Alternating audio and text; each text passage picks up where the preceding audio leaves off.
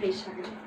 संप्रेषण एक व्यक्ति का दूसरे व्यक्ति से या अन्य कई व्यक्तियों के साथ अपने विचारों, भावनाओं, सूचनाओं का आदान प्रदान करना ही संप्रेषण कहलाता है।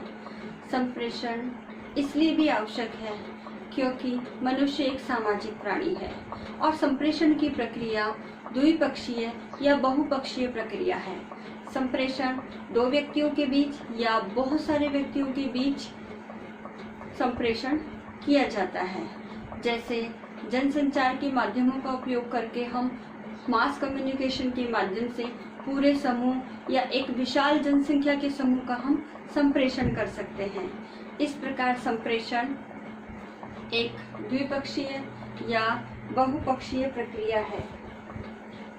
संप्रेषण के बिना हम समाज की कल्पना नहीं कर सकते क्योंकि व्यक्ति जब समाज में रह रहा है तो दूसरे व्यक्तियों के साथ अपने विचारों का आदान प्रदान करना आवश्यक है, अन्यथा वह समाज का एक प्राणी या जीव या व्यक्ति नहीं कहला सकता, क्योंकि समाज में रहकर उसे अपने जीवन यापन के लिए दूसरे व्यक्तियों के साथ अपने कार्यों से रिलेटेड, अपने व्यवसाय से रिलेटेड और अपनी पारिवारिक जिम्मेदारियों से रिलेटेड संप्रेषण करना अनिवार्य है।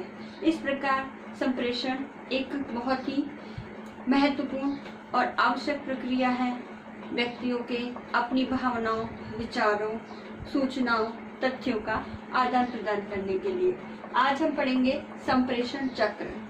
संप्रेषण चक्र में ये जो एक सर्कल है, अब उस सर्कल के अंदर सबसे पहले संप्रेषण की प्रक्रिया।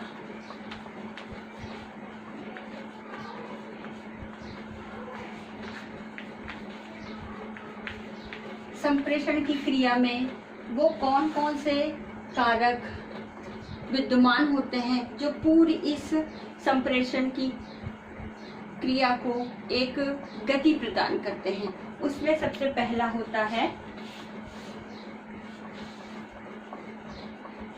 संदेशवाहक।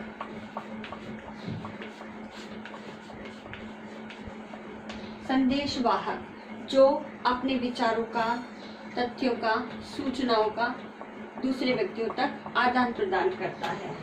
दूसरी बात है इसमें कि इसमें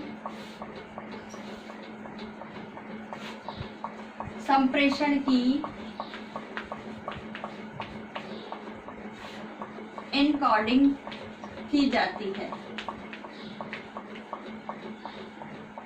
एनकोडिंग मतलब संदेशवाहक या तो सूचनाओं को, जो विचार वह दूसरे व्यक्ति तक पहुंचाना चाहता है, उनको लिखता है या टेलीफोन के माध्यम से पहुंचाता, प्रसारण करता है, इस तरह से।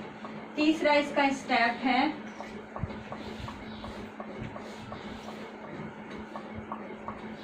माध्यम। अब इस प्रक्रिया में किस माध्यम का प्रयोग करता है? टेलीफोन का प्रयोग करता है, लेटर का प्रयोग करता है या अन्य किसी व्यक्ति के माध्यम से।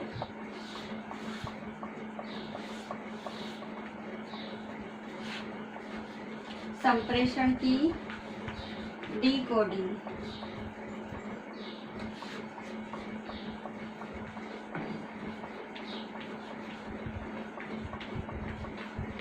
डिकोडिंग जिससे संप्रेषण हम पहुंचा रहे हैं, अपने विचारों को, भावनाओं को पहुंचा रहे हैं, वो उसे किस रूप में पढ़ता है, और ये होती है संदेश प्राप्तकर्ता के द्वारा, जिसे संदेश हम पहुंचा रहे हैं। और इन सब प्रक्रिया में जब संदेश पहुंच जाता है तो लास्ट में इसमें फीडबैक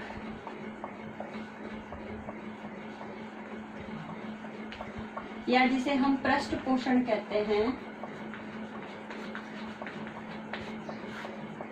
पृष्ठ पोषण की ये स्टेप है कि जब संदेशवाहक द्वारा संदेश प्राप्तकर्ता को जो मैसेज पहुंचाना जा रहा है वो मैसेज पहुंच जाता है, तो इसकी प्राप्ति की सूचना वो संदेश वाहक को देता है, जिसे फीडबैक या पृष्ठपोषण कहते हैं। तो इस प्रकार ये सारी प्रोसेस संप्रेषण की क्रिया कहलाती है। अब संप्रेषण की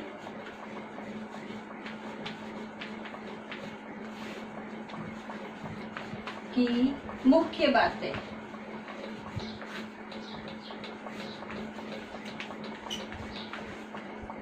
संप्रेषण की मुख्य बातों में सबसे पहले है कि इसमें एक संप्रेषक होता है जो अपने विचारों को इनकोडिंग करता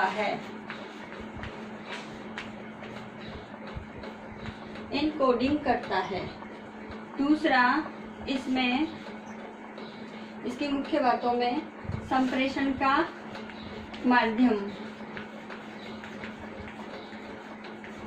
माध्यम ये इम्पोर्टेंट होता है। तीसरा, इसमें संदेश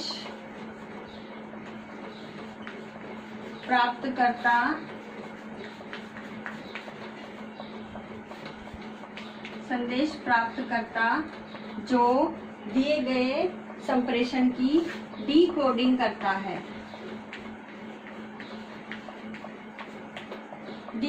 करता है। और लास्ट इसमें स्टेप है पृष्ठपोषण अर्थात फीडबैक।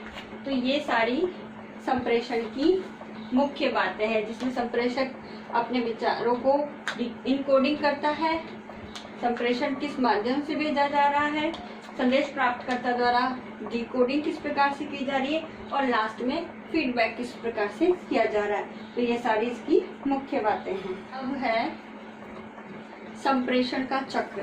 संप्रेषण का किस प्रकार से एक मेन उस प्रोसेस के लिए एक सर्कल है, वो किस प्रकार से है। इसमें सबसे पहला है संदेश वाहक।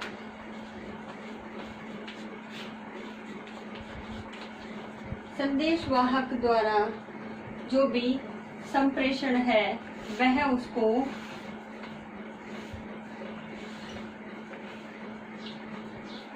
प्रसारण करता है, लिखता है,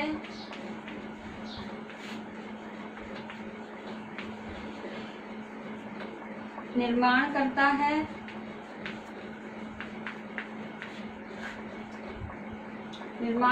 है,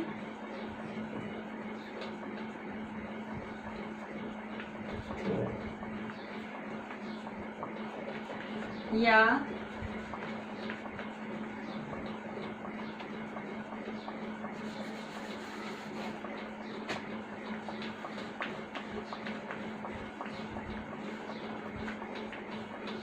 विषय वस्तु जिसे संदेशवाहक लिखता है।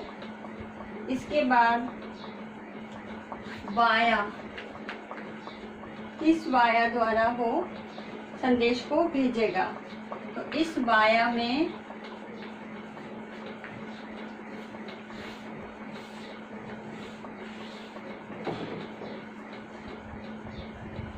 किस माध्यम से या किस सूत्र द्वारा वो अपना मैसेज भेजता है, उसमें वो किस साइन का प्रयोग करता है या किस सिंबल का प्रयोग करता है, ये सारे उसके अंदर काउंट होते हैं। नेक्स्ट, इसमें जब संदेश प्राप्तकर्ता को जब ये संदेश मिलता है, संदेश प्राप्तकर्ता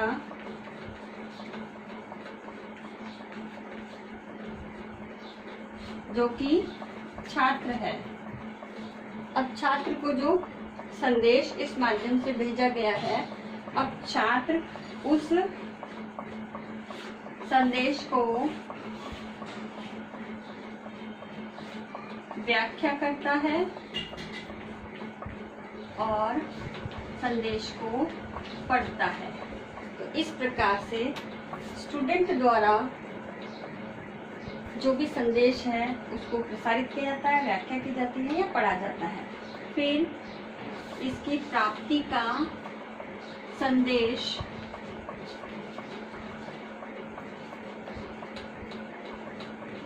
लर्नर के द्वारा संदेश फीडबैक के रूप में या पृष्ठ पोषण के रूप में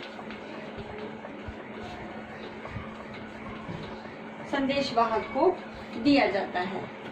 इस प्रकार समग्र रूप में इस प्रकार से सबसे पहले संदेश वाहक यानी शिक्षक अपने जो भी संदेश है या विषय वस्तु है उसको प्रसारित करता है या प्रसारण करता है, निर्माण करता है, लिखता है, या उसके बाद वाया जिस माध्यम से वो भेजेगा उस संदेश को सिंबल के रूप में या साइन मार्क के रूप में या टेक्स्ट के रूप में उनको जिस मीडियम से भेजेगा, चाहे वो टेलीफोन हो, व्यक्ति हो या लेटर हो, वो भेजने के बाद वह संदेश प्राप्तकर्ता को प्राप्त होगा और संदेश प्राप्तकर्ता को प्राप्त होने के बाद वह संदेश को प्रसारित करेगा, पढ़ेगा, व्याख्या करेगा, समझेगा और उसके बाद संदेश के माध्यम से ही वापस पृष्ठ पोषण के रूप में संदेश की प्राप्ति का सूचना शिक्षक को देगा।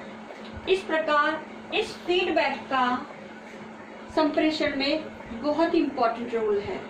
जब फीडबैक प्राप्त होगा तो संदेश वाहक को भी पता चल जाएगा कि उसका संदेश प्राप्तकर्ता को पहुंच चुका है। इस प्रकार इस प्रोसेस को इनकोडिंग, जो संदेश को लिखते हैं उसको इनकोडिंग कहा जाता है और इसको डीकोडिंग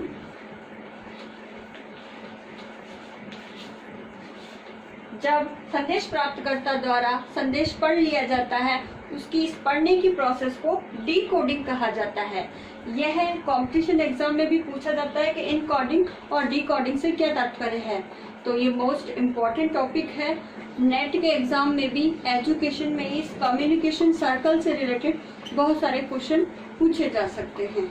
इस प्रकार से एक शिक्षक के लिए कम्युनिकेशन प्रोसेस को आना बहुत ही आवश्यक है ताकि वह अपने कंटेंट को प्रभावी रूप से शिक्षकों के पास पहुंचा सके और शिक्षण अधिगम प्रक्रिया को प्रभावशाली बना सके ताकि शिक्षा के उद्देश्यों की भी पूर्ति की जा सके। अब आज के होमवर्क के रूप में आपका टास्क क्वेश्चन है आज का, संप्रेषण चक्र को उदाहरण सहित सचित्र वर्णन कीजिए।